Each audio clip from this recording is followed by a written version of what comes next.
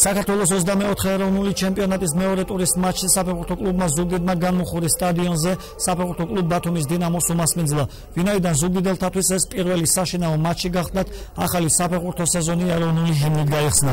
ამის შემდეგ არბიტრმა თამაშის დაწყების ნიშანი მისცა და პირველივე წუთებიდან ზუგდიდელებმა შეუტიეს, რამაც ნაყოფი მე-6 წუთზე გამოიღო, თუმცა ეს გოლი განსაკუთრებით აღსანიშნავია.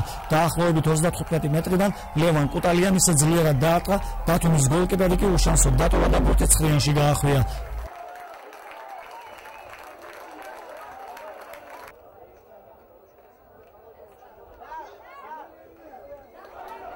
აიმის მიწურულს კი კუტალიამ წურწუმიას წაქცევისთვის დანიშნული პენალტი ისევ გოლად აქცია და დუბლი გაიფორმა.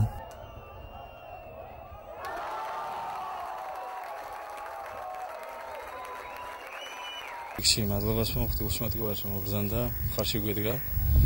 მეორე რიგში თამაშს შეობისას, ანუ ვაჯობეთ ბათუმის დინამოზე დამსახურებადაც გამიმარჯვეთ.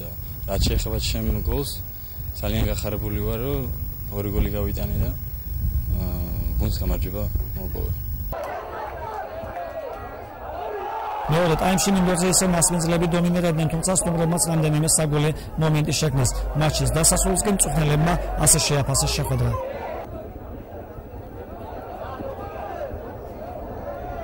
ჯერბი და ზუგდიდის მიულოცება შეეხება ჩვენ გუნდს დღეს. არა, მომენტები როგორ არ იყო, მაგრამ დღეს ჩვენ ფეხბურთი არ გვითამაში. ჩვენ არ ვიცი. მე დღეს ჩემ ბიჭები ვერ ნახე მომენტაზე, ალბათ სადღაც დარჩენილ ბათუმში. ეს როლი ამ სიმართლეს გეუბნებით. დღეს ჩვენ ფეხბურთი არ გვითამაში. ულოცავ ზუგდიდელ გულშემატკივარს. პირველ გამარჯვებას ამ ჩემპიონატის.